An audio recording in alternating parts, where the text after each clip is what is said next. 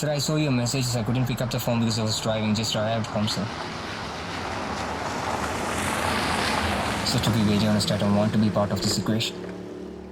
Yeah, I know. I'm best at what I do, sir. I'm good at my job. You need to give me one more day. I want to make this presentation best as possible, sir. No, sir, I understood that. But to be very honest, I don't think the clients are worth it. Why push ourselves so hard for it? Yeah, I know. Sir, all I'm asking for is a day, sir. Just give me one more day. ഞാൻ വിചാരിച്ചു നീ നാളെ എത്തുള്ളെന്ന്. Not doubt, Dad. Well, if you're that confident, then I'll send you the files in 5 minutes, sir.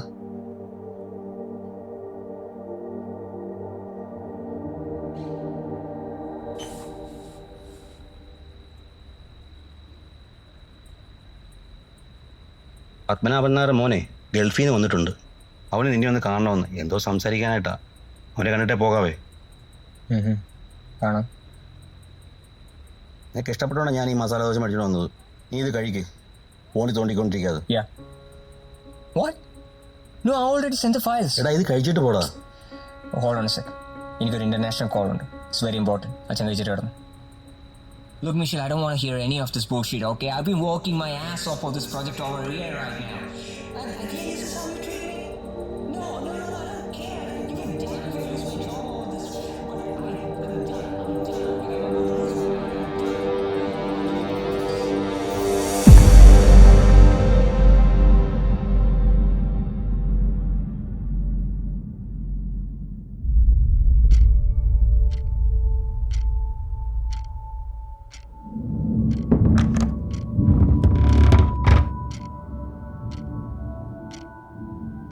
എടാ അരുണേ, ഇത് കണ്ടോ?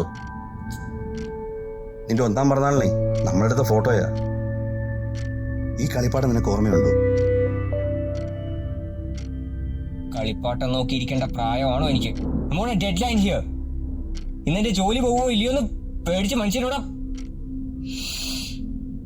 Look dad, ഇത്തരം നൊസ്റ്റാലജിക്ക് അതിൻ്റെതായ നേരവും കാലവും ഒക്കെ ഉണ്ട്. അല്ലാതെ ചുമ്മാ തോന്നുമ്പോൾ ഓരോന്ന് എടുത്തോണ്ട് വരുമല്ല വേണ്ടത്. I have a very important meeting, so don't call me. And they'll only text message down. And I will call you back when I'm free.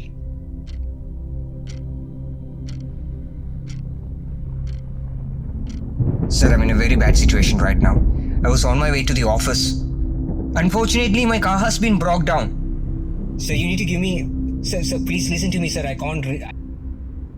No, I have seen that. Hello? Hello? Can you hear me?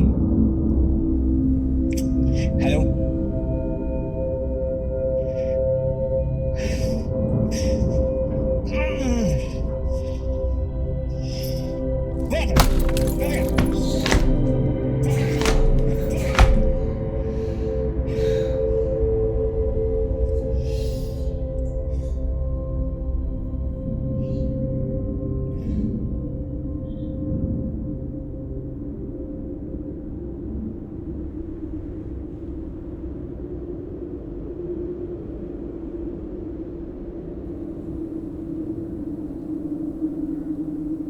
Damn it!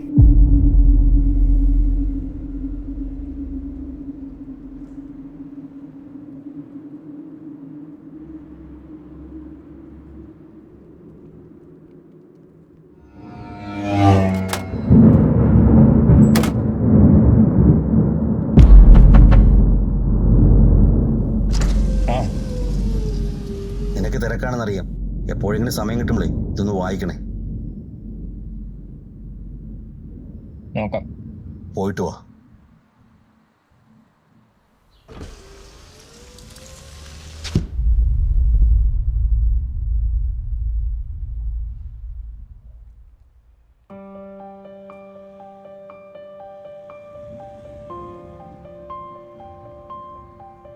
ജനുവരി 12 ഇന്ന് മോൻ വന്നു. അവനോട് കുറേ സംസാരിക്കണമെന്ന് കരുതി. പക്ഷെ അവൻ മീറ്റിങ്ങിലായിരുന്നു. അവൻ്റെ കുട്ടിക്കാലത്തെ ആ മരമൊക്കെ ഉണങ്ങി തുടങ്ങിയ കാര്യം പറയാൻ കഴിഞ്ഞില്ല. ജനുവരി 13 രാത്രി അവനോട് ഭക്ഷണം കഴിക്കുമ്പോൾ ചോദിക്കണമെന്ന് കരുതി, നിനക്ക് സുഖമാണോ എന്ന്. പക്ഷെ അവൻ തിരക്കിലായിരുന്നു. എൻ്റെ നെറ്റിയിൽ പണ്ട് വീണ പാടിപ്പോഴും ഉണ്ടോ എന്ന് നോക്കാൻ പോലും എനിക്ക് കഴിഞ്ഞില്ല. മോനെ, തിരക്കുകൾക്കിടയിൽ നീ ഇതൊന്നും കേൾക്കാൻ എനിക്ക് സമയമില്ലെന്ന് എനിക്കറിയാം. പക്ഷേ എൻ്റെ ശബ്ദം കേൾക്കാൻ കൊതിച്ച ഒരച്ഛൻ ഇവിടെ ഉണ്ടെന്ന് മാത്രം നീ ഓർക്കുക.